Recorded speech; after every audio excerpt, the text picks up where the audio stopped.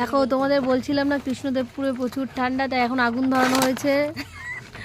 এখন আমরা আগুন পোহাবো, ঠিক আছে। দেখো আমাদের আগুন ধরাচ্ছে কে, দেখো ওর সব থেকে বেশি শীত করে। কথা না, এটাই বাস্তব। দেখো আগুনটা ভালো ধরছেও না, ধুয়ো হয়ে গেছে। সব থেকে ঠান্ডা আমাদের কৃষ্ণদেবপুর, তাই এখনই আগুন ধরানো হচ্ছে। ও সেই মজা, আমার পা দুটোকে ছেঁকে নিয়ে ঠান্ডা।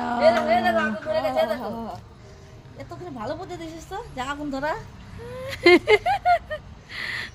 সম্পদ আগুন ধরিয়েছে পিপি, দেখলা জিনিসটা তো ভালো লাগছে।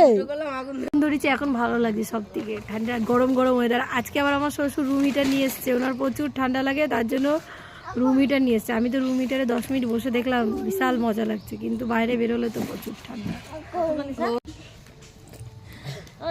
ভালো লাগছে আমার, কি ভালো লাগছে। আগুনটা ধরিয়েছে পরে। ওই সম্পদকে দেখো, আরে দেখো পা ছেকেই যাচ্ছে।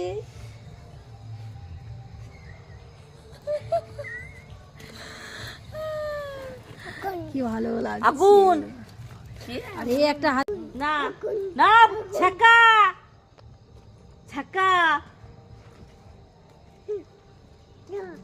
ভালো করে ডাকো, না পটলকে ডাকো। এটা লাঠি বলে, হ্যালো গাইস, এটা আমার লাঠি।